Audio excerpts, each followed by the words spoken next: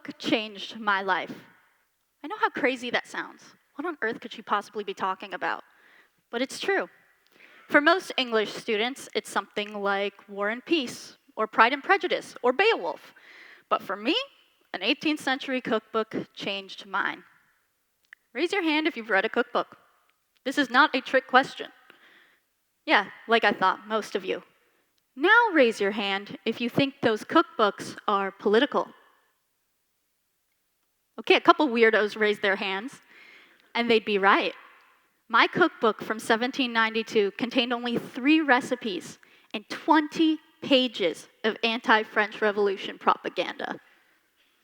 I rediscovered the text during my time as an English specialist at the University of Toronto. I had just transferred there, and I was ready to throw myself headfirst into the competitive nature of the university. It's not called U of Tears for nothing. Look, I didn't have time to take on another novel, okay? So I picked a flimsy pamphlet. Sue me, right? What substance could a cookbook possibly contain? Where I expected there to be recipes for boiled meat and plain grains, there was ideology and rhetoric. Lots of it. I was only able to notice this by paying attention to the through line of the narrative, by recontextualizing Hannah More within her politics, philosophies, and period. But I also had to notice something else, something about myself, an urge to rebel against More and her tips. What had started as an English essay morphed into an English socio-political historical analysis. I learned a lot during that project about theory, criticism, and history, but I also learned a lot about myself.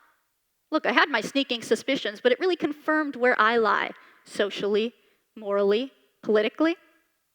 And I also decided that I would be a new historicist. That is to say, someone who always considers the way the external really influences a text. I finished the project, quite pleased with myself, I must say, and I did what every student does the second they need a break. I laid on my bed and scrolled mindlessly on my phone. As I perused Instagram and TikTok, I noticed an influx in political videos on my feed. Or were they?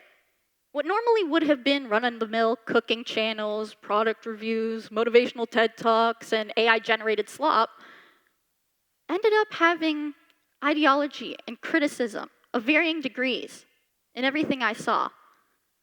I simply could not turn my brain off. And I realized all of my research questions could be applied to online content. Who posted this? Why did they post it? Who is their target audience? And what is not being said here? Political content on the internet is nothing new, with Pew Research Center determining that 1/3 of all tweets are about politics, 11% of YouTube videos being about the news, and get this, 1/2 of TikTok users getting at least one video a day about politics and admitting to keeping up with them on the platform.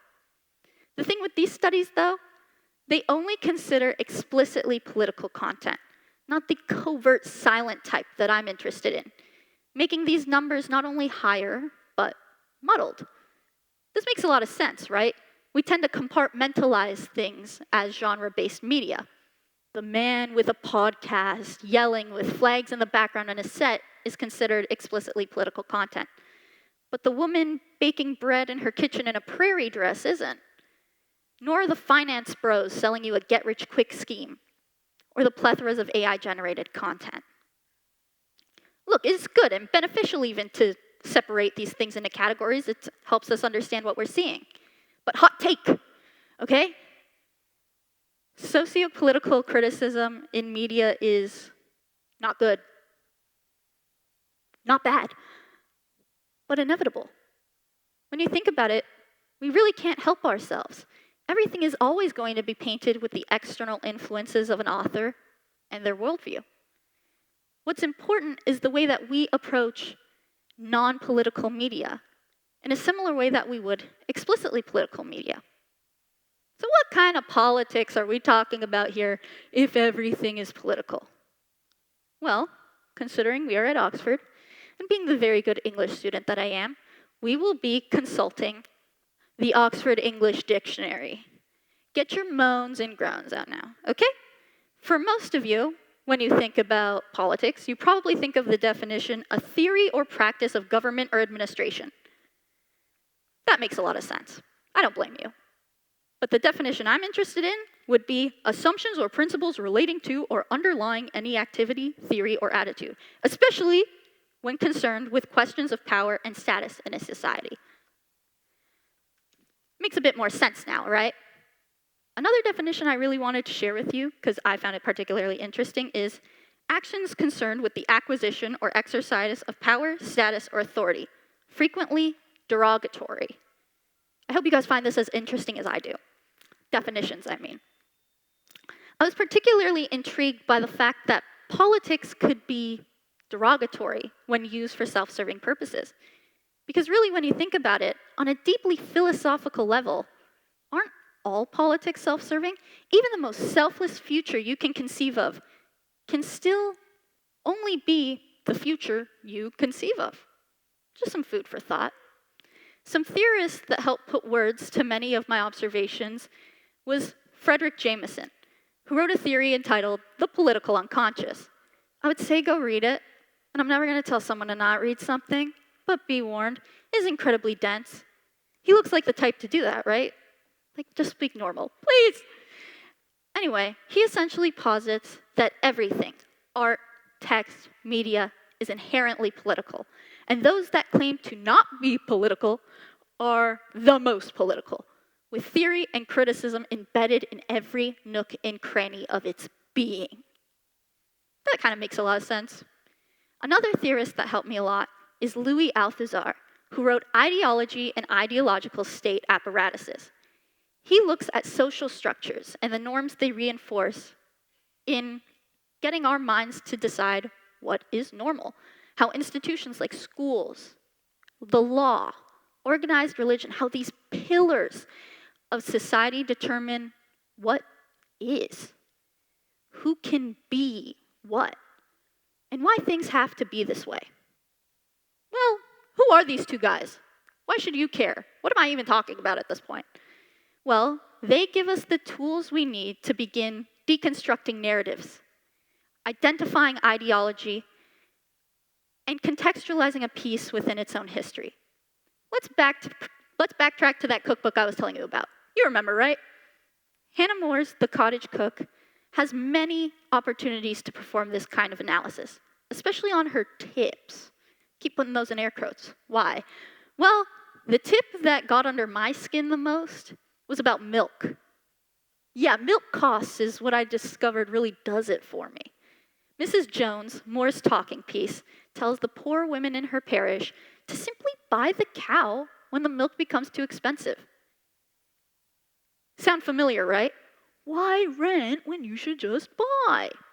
For a cookbook concerned with the lowest of the low class in 18th century Britain, there's very little self-awareness for what those people's lives would actually look like.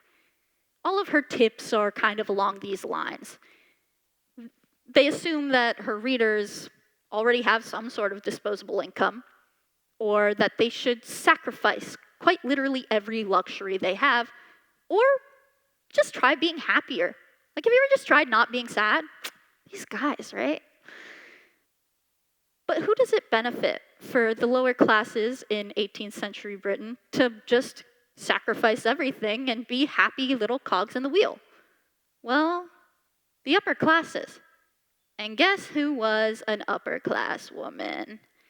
It's all kind of coming together, right? Something else to remember about this period, 1792 to be specific, this was right around the heightening beginnings of the French Revolution. And in turn, Britain's pamphlet war, which sparked mass anxiety, discussion and discourse about whether something similar could happen at home. The thing with this, I wanted more.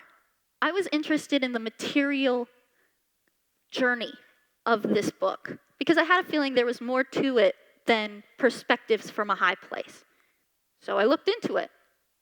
And it turns out she shared a publisher with a Mr. Edmund Burke. The man's name was J. Hatchard. Doesn't really matter. But He was responsible for printing the most widely bought and sold text of the 18th century, Burke's Reflections on a Revolution in France. Well, why is this important? Well, it means that all three of them shared anti-French Revolution sentiments, at the very least enough to ensure that both texts were massively bought and sold. Something else to consider is the print form. It's a cookbook, sure, but it's also a chapbook, which is kind of like a modern-day magazine. Inexpensive, short, and widely available. This makes it a pretty no-brainer purchase when she's essentially selling you life-changing tips. But it's also kind of predatory. On the cover, it says that it costs 1 pence and was sold by newsmen and hawkers, which are kind of like traveling salesmen. This means that her message would find you no matter where you were. Far and wide it would travel to get its way into your hands. Maybe you're sitting here thinking, that's sweet. She just really, really, really wanted to help people. That's one way to think about it. But something else to consider about this period was the division of classes. Things were changing, sure. You could read a Jane Austen book and an upper-class man would marry an already upper-class woman, or God forbid, an upper-middle-class woman. But there was still a pretty stark divide between the social mingling of the lower, middle, and upper classes. This really shows just how much of an emphasis more placed on the self part rather than the help part of the self-help genre. I worked on this project for 2 years, and in that time, it felt like I was being transported back in time, like I was in the room with Moore while she was writing it, trying to understand her world, and what she believed her role in it should be. I ended up presenting these findings at Harvard and the University of Toronto, and it's the project that got me into Oxford and on this stage today. And now I tell it to you. But I dare you to ask yourself, what is her motive? Why is this young girl yapping to me about the importance of transhistorical sociopolitical criticism in my media? Okay, who is she? Who does she think she is?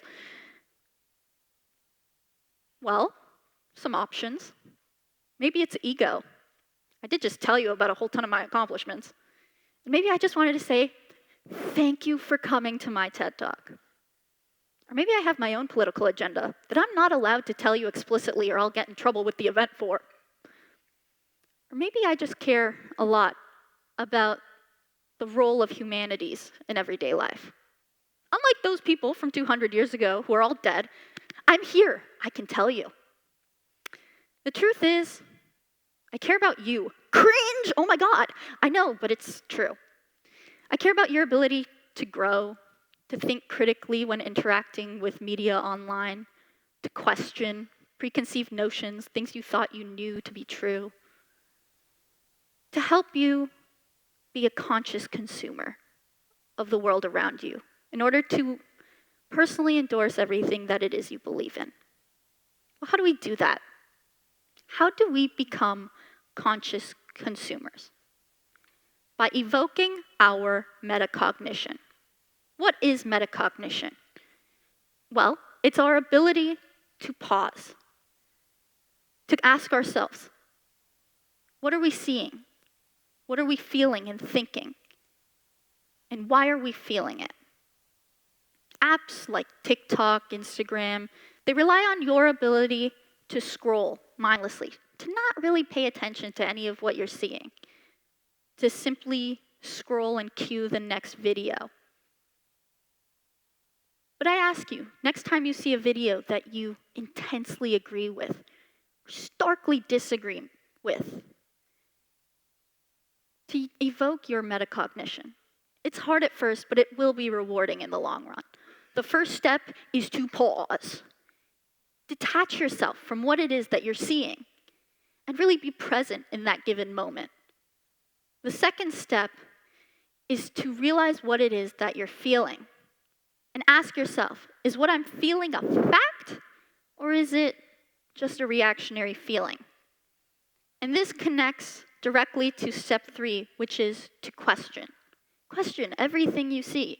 Who posted this? Why did they post it? What do they have to gain? What are they selling? Who is their scapegoat? What are they asking of me? Am I okay with it? Look, every future has its past. I have dedicated my life to understanding stories, our histories, the way they affect us today.